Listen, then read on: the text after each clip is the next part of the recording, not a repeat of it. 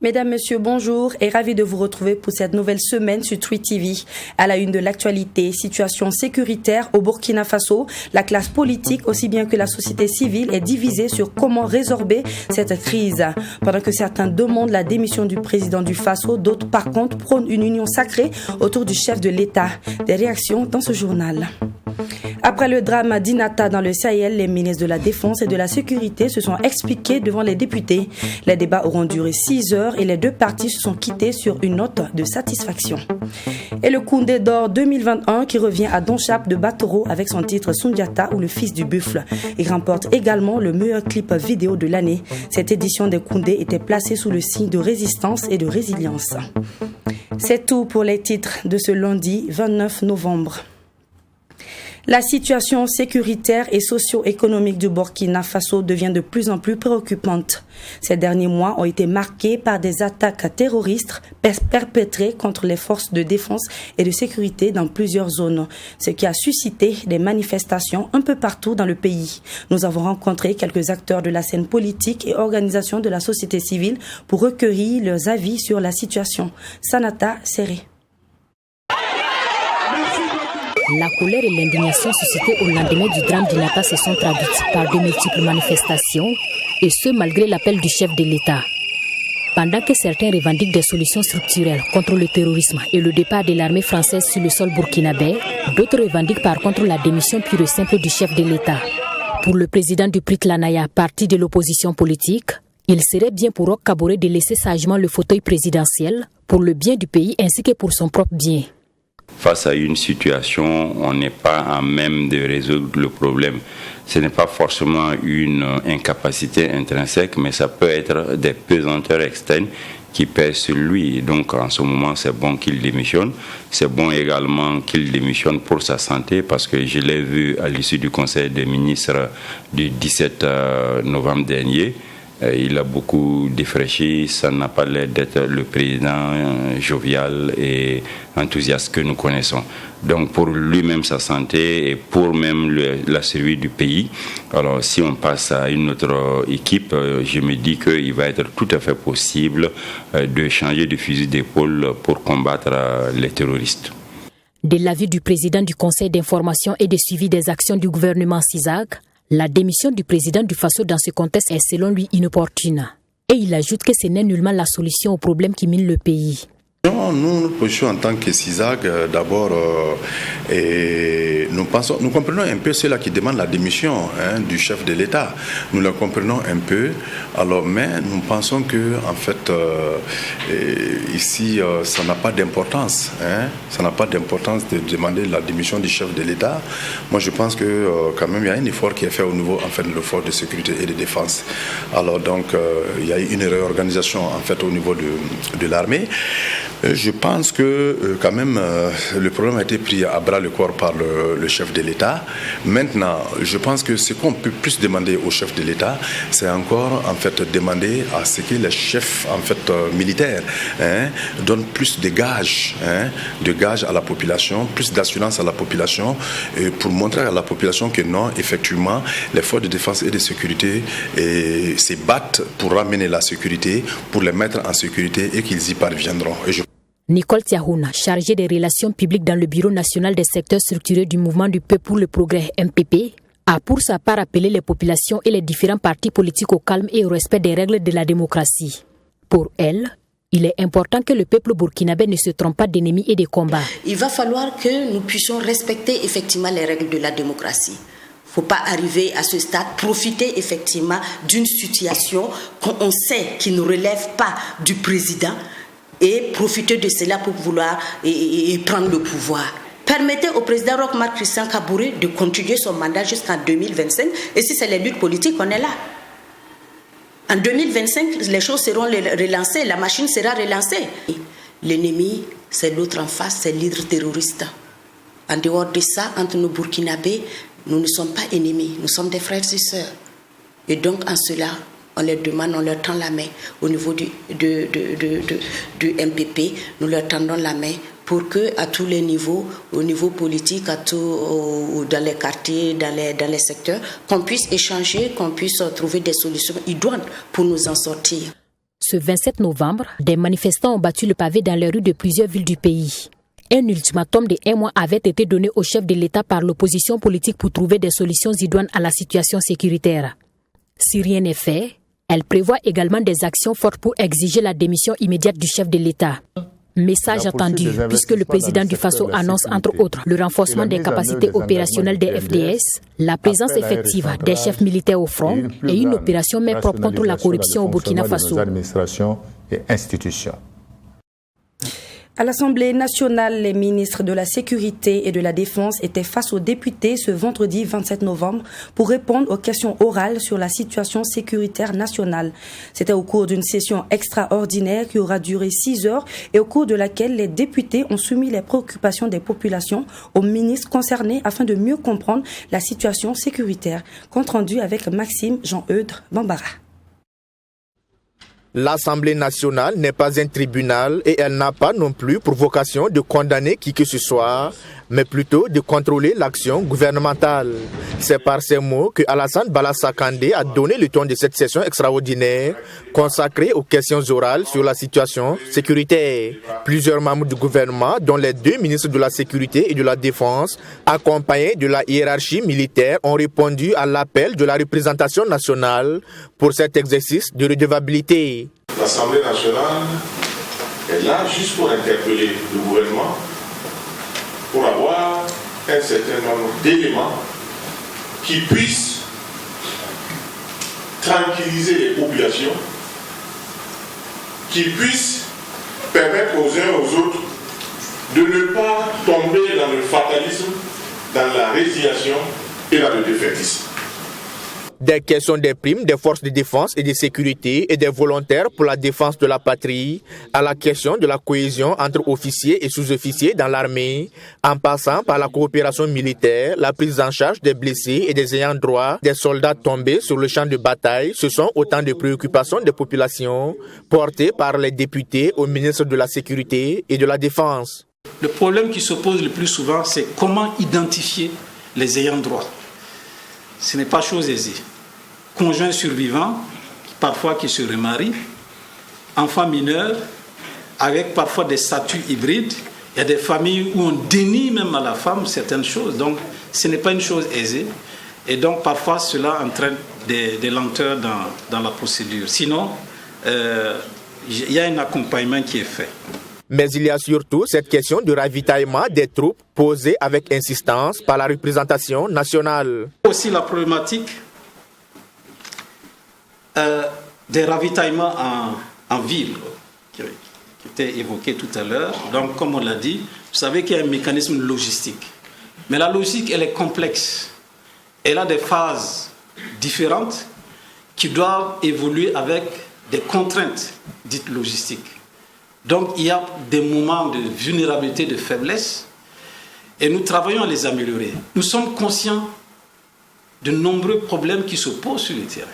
Sur la question de la puissance de feu des groupes terroristes qui seraient supérieure à celle des forces de défense et de sécurité, le ministre de la Défense parle plutôt d'intoxication. Il arrive que lorsqu'il y a une concentration de force, effectivement, ça peut délivrer une puissance de feu, laissant croire que c'est des armes qui sont plus puissantes, mais c'est simplement un effet donc, de concentration de force. Donc nous sommes conscients de cela. Et nous savons que la réponse, c'est également réarticuler notre dispositif. Au sortir de ces questions orales, ce sont des députés satisfaits de l'exercice. Toutes les préoccupations des populations burkinabées ont été relevées. Aussi bien sur les actions sur le terrain, la collaboration avec les VDP, les inquiétudes quant à l'avancée, ou aussi sur les primes, les prises en charge, l'équipement. Je crois que toutes les questions ont été abordées et c'est avec satisfaction parce que ça rassure. Je suis content que l'Assemblée nationale ait compris que nous sommes maintenant en guerre et qu'il faut unir les forces pour combattre ce terrorisme. Je suis content qu'il nous ait rejoints en disant que ce n'est pas seulement que par les armes que l'on va vaincre le terrorisme. Donc il faut utiliser d'autres intelligences. Et c'est là que nous les attendons pour des propositions concrètes. 6 heures, c'est le temps qu'aura duré cette session extraordinaire consacrée à la situation sécuritaire. Cette session fait suite au drame d'Inata qui a suscité une vague d'indignation au sein des populations. Coopération transfrontalière entre le Mali, le Burkina et la Côte d'Ivoire. À l'hémicycle la semaine dernière, la Commission Environnement et Développement durable de l'Assemblée nationale a reçu l'Union transfrontalière des collectivités territoriales de l'espace Sikasso, Korogo et Bobo-Dioulasso. Objectif premier de cette rencontre, présenter la structure à la législature. Cette rencontre a été aussi un cadre d'échange sur la question cruciale des lois qui encadrent la gestion des ressources naturelles au niveau des frontières. Sanata Serré. Ce tête-à-tête du président de l'Union transfrontalière des collectivités territoriales de l'espace Sikasso, Korogo, Bobo-Dioulasso et de la Commission Environnement et Développement durable de l'Assemblée nationale a servi de cadre pour les deux parties d'échanger sur la gestion des 3 frontières, Mali, Burkina Faso, Côte d'Ivoire. Selon le président de l'Union transfrontalière des collectivités territoriales de l'espace Escabo, Sikasso, Korogo, Bobo-Dioulasso, cette rencontre s'inscrit dans le cadre d'une série de rencontres avec les autorités des 3 pays. L'objectif étant de présenter la fêtière, ses projets et solliciter l'accompagnement de la législature pour l'atteinte des objectifs. Quand la fêtière a été créée avec le Conseil des collectivités territoriales de l'UMOA, nous avons pu déjà sortir un schéma d'aménagement du territoire intégré qui a pris en compte les préoccupations des populations de ces zones, où nous avons pu ressortir 18 projets prioritaires dont nous disons que si nous avions le financement en les réalisant, cela pourrait contribuer en tout cas à pacifier davantage la zone. Et aujourd'hui, avec l'accompagnement des partenaires financiers, nous sommes très bientôt en phase de créer une micro, avec justement les microfinances qui existent, une microfinance pour financer les activités génératrices de revenus en faveur des jeunes et des femmes. Siama Bamba dit partie satisfait des échanges avec les parlementaires burkinabés chargés des questions d'environnement et de développement durable. Selon le porte-parole de la Commission Environnement et Développement durable de l'Assemblée nationale, il existe dans chaque pays des lois qui encadrent la gestion des ressources naturelles. Cependant, ces lois nationales ne prennent pas en compte le partage des ressources au niveau des frontières. Donc il est de bon ton qu'au niveau de ces pays-là, nous travaillons à avoir en tout cas des lois au niveau de chaque pays qui prennent en compte cette question au niveau des frontières. Donc je crois que c'est un des objectifs en tout cas de ces échanges-là pour voir comment ensemble nous allons travailler avec ces collectivités-là au niveau de ces frontières pour un peu essayer de dégager des perspectives pour en tout cas proposer des lois ou bien en tout cas des projets de loi qui vont permettre en tout cas de faciliter le travail au niveau des frontières. Et l'autre aspect aussi c'est de voir comment au niveau de nos assemblées, que ce soit du côté du Burkina, du Mali, de la Côte d'Ivoire, nous pouvons en tout cas encourager et interpeller l'exécutif afin que des lignes budgétaires soient dégagées pour des investissements au niveau de ces frontières. L'espace Escabo est constitué de 7 collectivités territoriales, à savoir la région de Sikasso au Mali, les régions du Tchologo, du Boro, de la Bagoué et du Folon en Côte d'Ivoire et les régions des Cascades et des Hauts-Bassins au Burkina Faso. C'est un espace économique d'environ 167 000 km pour plus de 8 millions d'habitants à ce jour. Clôture des UACO 2021. La 12e édition des universités africaines de Ouagadougou a refermé ses portes ce samedi 27 novembre. Cette édition a vu la participation de plusieurs professionnels de la communication et de l'information ainsi que des étudiants des universités du Burkina. Pour les organisateurs, le bilan a été satisfaisant et pour les participants, ils sont repartis outillés pour une communication plus saine sur les différents canaux de communication. Reportage. Les travaux de la 12e édition des universités africaines de Ouagadougou ont pris fin ce samedi 27 novembre 2021. Des panels et des ateliers ont été organisés à l'occasion. Certains ont traité de la thématique de la production et diffusion de l'information sur les réseaux sociaux en contexte de crise sanitaire et sécuritaire. D'autres ont porté sur la communication publique et les défis sanitaires et sécuritaires. L'information journalistique en période de crise sanitaire et sécuritaire figurait aussi parmi ces modules. Les panels ont été très riches de mon point de vue. Il y a eu des échanges fructueux et on a compris que finalement, il y a des adaptations à faire. Parce que bien souvent, la conception de la communication n'est pas toujours, pertinente. Parce que beaucoup de gens voient la communication comme étant une forme de propagande. Or, il n'en est pas question. On ne peut pas convaincre une population tant qu'on n'a pas développé un argumentaire suffisant et tant qu'on n'a pas bâti son intervention sur la vérité. Parce que bien souvent, les acteurs publics pensent qu'il faut savoir mentir pour bien communiquer. Ce n'est pas vrai. Il faut plutôt avoir le courage de dire la vérité pour bien asseoir sa bonne communication. Cette 12e édition a vu la participation de 500 personnes environ. Ce rendez-vous de pratique et de partage d'expériences dans le traitement de l'information entre les anciens et la nouvelle génération a été jugé positif à en croire les organisateurs. Qu'il y a véritablement de la satisfaction.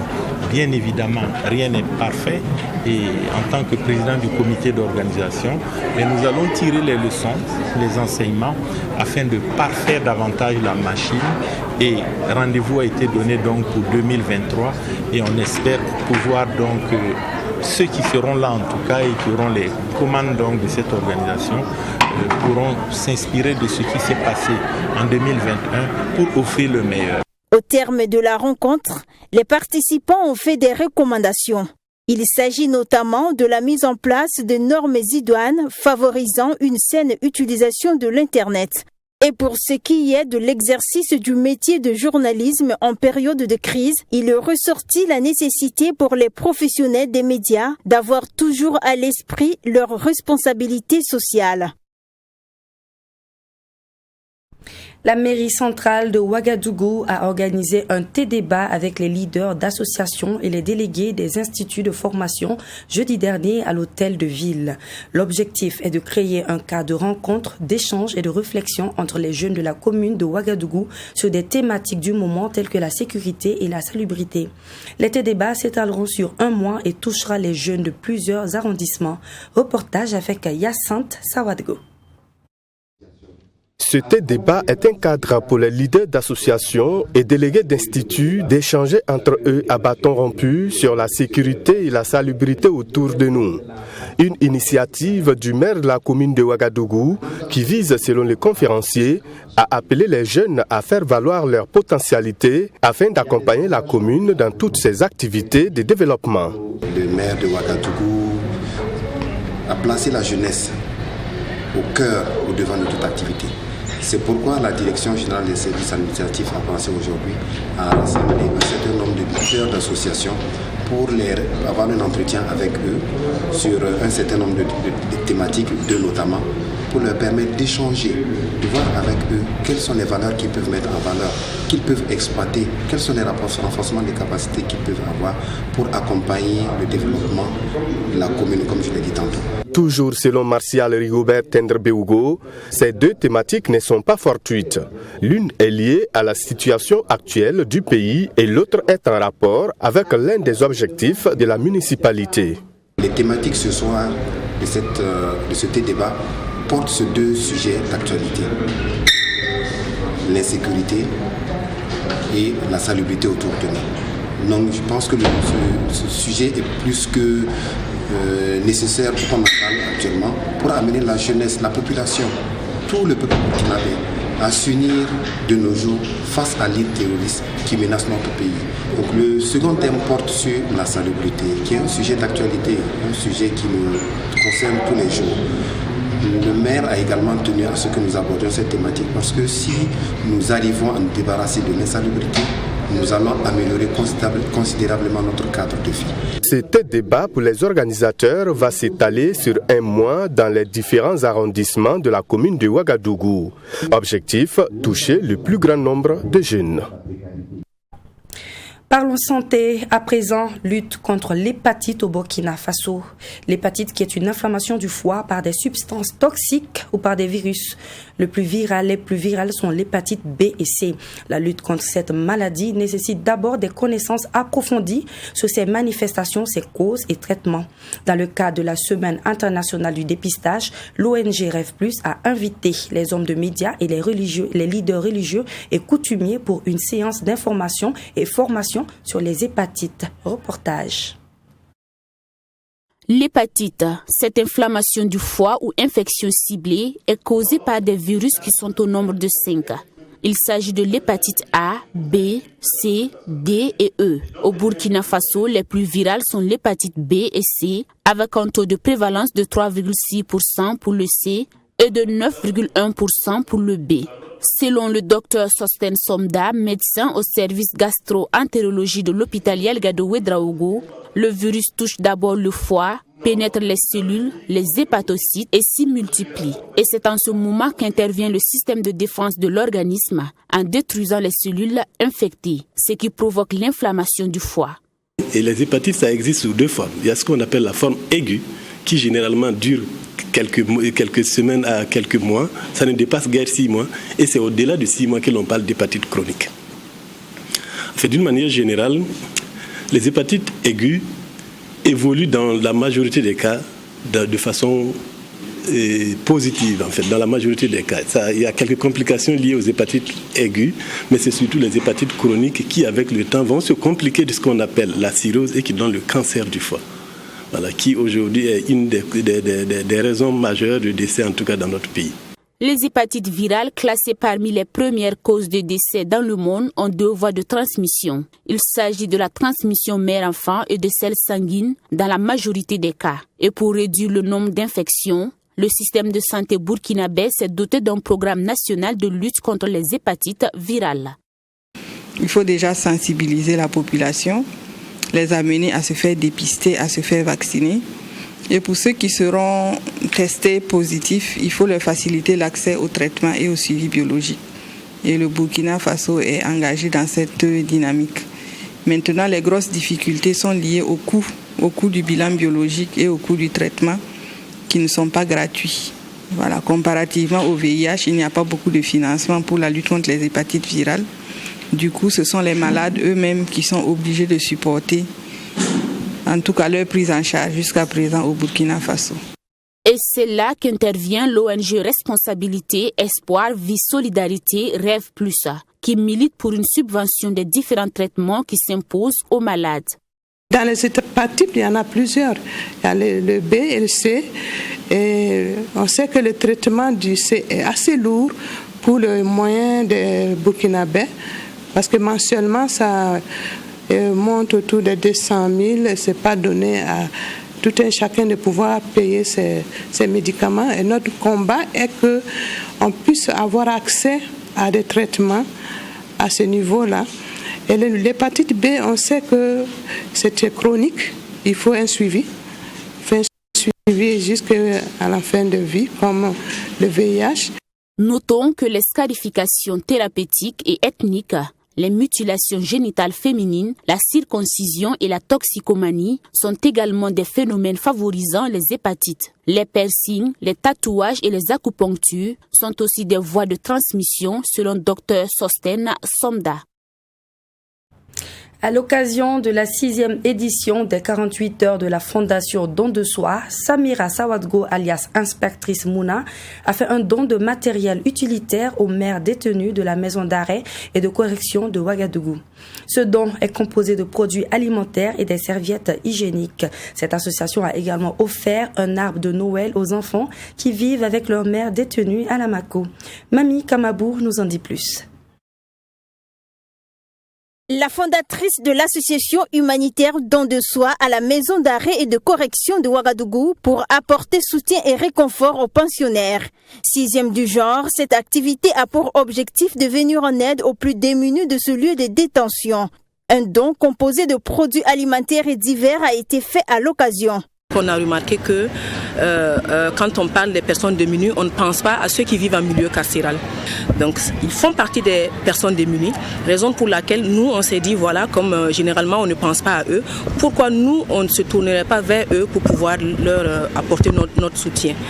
La présidente de l'association a aussi offert un arbre de Noël aux enfants qui y vivent avec leur mère détenue.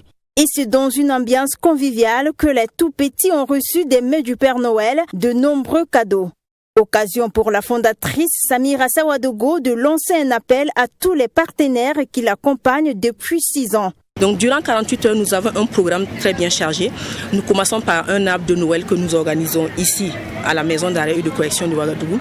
Un appel à lancer, c'est toujours demander à ces bienfaiteurs-là de ne pas hésiter à accompagner la fondation qui chaque année essaye de faire tant bien que mal pour pouvoir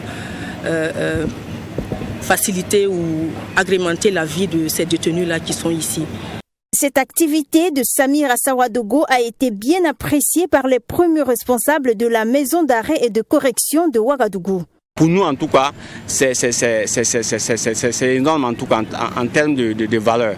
Parce que le simple fait même de donner la joie aux détenus, le simple fait même de toucher des personnes que nous ne pouvons pas toucher pour pouvoir venir en aide aux détenus. Et puis l'appel qu'elle lance chaque fois pour jeter un œil sur les conditions de détention et de vie des pensionnaires, c'est ça qui est grand. Donc au nom de tous les personnels, au nom des détenus, je ne peux que dire merci à la Fondation Don de Soi.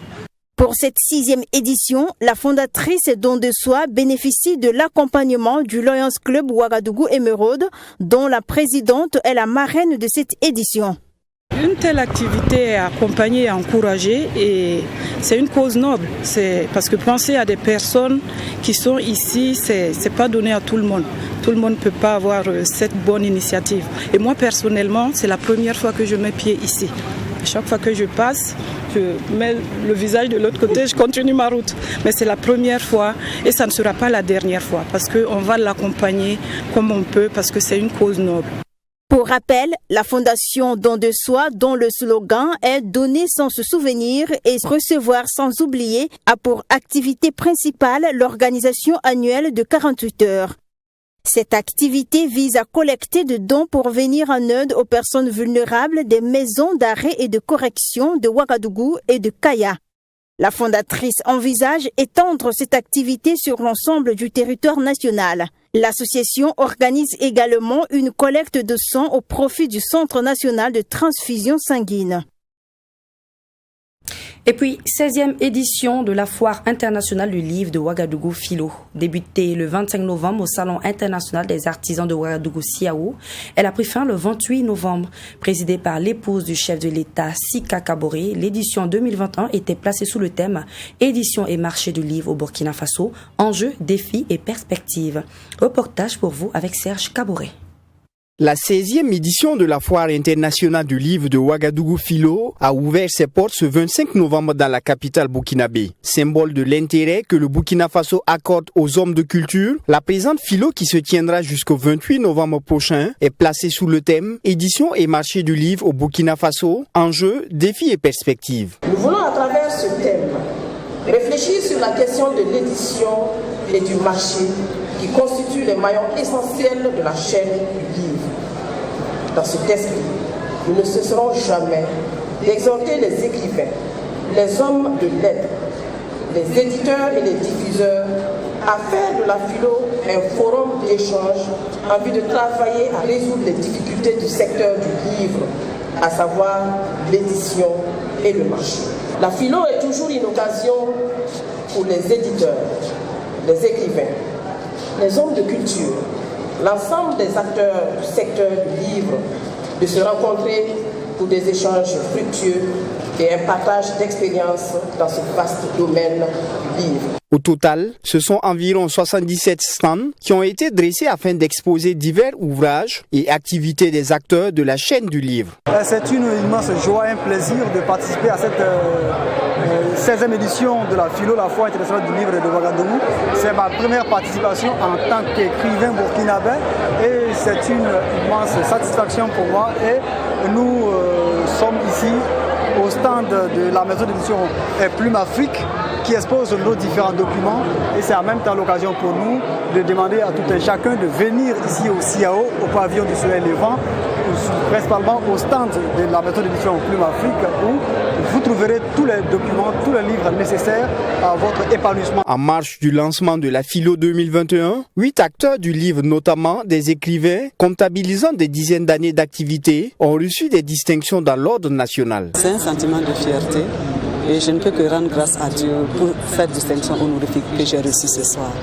Je suis animatrice principale du Centre de lecture publique et d'animation culturelle de Fadane Gourmand Selpa. C'est un sentiment de fierté et d'invite à davantage m'investir pour que ce pourquoi le choix s'est porté pour moi, sur ma modeste personne, que je puisse répondre valablement à ce qu'on attend de moi.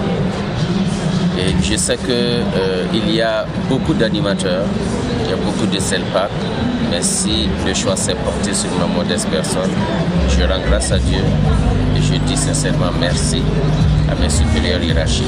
Plusieurs activités sont prévues à cette édition de la Foire internationale du livre de Ouagadougou 2021. Parmi elles, des expositions, des conférences publiques, des ateliers de formation aux techniques d'écriture, des olympiades littéraires et des ventes de livres. Comme je vous le disais en titre, Don Chap de Batoro a remporté vendredi dernier le Koundé d'or avec son titre Sundiata ou le fils du buffle. Il dévance alors ses challengers Dez Altino, Sisbi, Amzi et Imilo le chanceux. Avec ce même titre, il remporte également le prix du meilleur clip vidéo de l'année. Cette 20e édition des Koundé était placée sous le signe de la résistance et de la résilience. Les images de cette soirée avec Sanata Serré. Koundé d'or 2021. Le lauréat est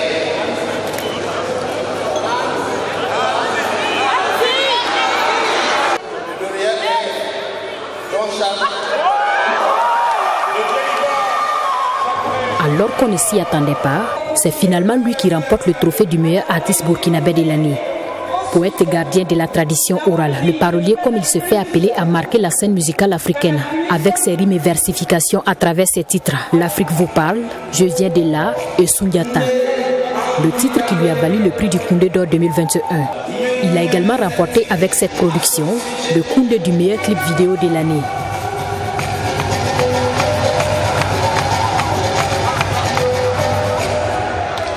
Après 12 ans de carrière musicale, Don Chap de Batero, le Djeliba, a été sacré Koundé d'or de la 20e édition des Koundé, face aux 4 autres nominés sur la liste de cette catégorie, à savoir Amzi, Sisbi, Dez Altino et Imilo le chanceux. Tout joyeux et souriant, il dit dédier ce trophée à l'art oratoire. J'ai eu peur. C'est vrai que j'avais mes chances avec, y compris aussi tous les artistes qui étaient nominés dans cette catégorie. Mais pour être humble et pour être franc, j'ai eu peur. Parce que d'un jury à un autre, le Koundé d'or ne serait pas dans ma main. Comme je l'ai dit, la sensibilité des membres du jury. C'est aussi des personnes comme nous, ils regardent la toile, ils vont aussi dans des bars, les maquis, les nightclubs. Donc si votre musique n'est pas trop présente là-bas, ça peut jouer même sur les critères. Au-delà de ma modeste personne, c'est tout un courant, un pan, c'est une articulation de la musique qui a été récompensée et j'ai nommé l'art oratoire, le slam. Donc ce trophée-là, en réalité, je le dédie à tous les faiseurs de ce art-là, à Malika la slameuse, à Ombre Blanche, à Nathanaël Milungu, à Slim Premier, à Consonne et Voyelle, à eux tous, parce que notre musique n'est pas facile, surtout qu'elle n'est pas dansante. C'est une musique qui s'adresse directement à la matière grise, c'est une musique de conscientisation. C'est Dez Altino qui a remporté le prix Koundé du public à travers les votes. Et ce sont au total 10 prix principaux et 5 prix spéciaux qui ont été décernés lors de cette cérémonie de récompense des Koundé 2021, placée sous le signe de la résistance et de la résilience. Pour son promoteur Diapress, le pari a été gagné face aux énormes difficultés auxquelles a fait face cette 20e édition des Koundé. C'est un Koundé de la résistance et de la résilience. Figurez-vous que le matériel que vous avez vu déployer devait venir depuis 6 jours. Il y a eu un déraillement à Zaguié, en territoire ivoirien. Donc, le train n'a pas pu venir. Donc, habituellement, quand on fait, c'est maximum 2-3 jours. Et c'est aujourd'hui que le train est rentré en gare à Ouaga à 8 heures. il a fallu trouver la gendarmerie pour escorter le matériel pour venir installer. Alors, le pari est vraiment gagné, c'est un soulagement. Depuis 2 ans, on cherche à faire cette édition. Il y en a pris des engagements depuis il y a plus de 2 ans. Donc voilà, on l'a fait. Malheureusement, à cause de la situation, on n'a pas vu d'autorité parce que la situation le commande, mais on comprend. Mais l'essentiel, c'est que la fête est au rendez-vous, les gens se sont écartés. Et je pense que c'est d'abord pour le public qu'on fait les Koundés. Voilà, le public et les artistes surtout. Bon. Cette soirée des Koundés a connu la participation d'une pléiade d'artistes venus des 4 coins de l'Afrique. Cérémonie au cours de laquelle un vibrant hommage a été rendu aux forces de défense et de sécurité. Des artistes de renom se sont succédés sur la scène du Palais des Sports de Ouara 2000. Parmi ces artistes, le rappeur burkinabé Kayawoto qui a raflé le Koundé de l'artiste le plus joué en discothèque et celui de la révélation, José de la Côte d'Ivoire qui a remporté le Koundé du meilleur artiste de l'Afrique de l'Ouest et le Congolais Inosbi qui a eu le prix du meilleur artiste de l'Afrique centrale. Aussi, des Koundés d'honneur ont été décernés aux ancestraux de la musique ayant fait bouger la scène musicale africaine.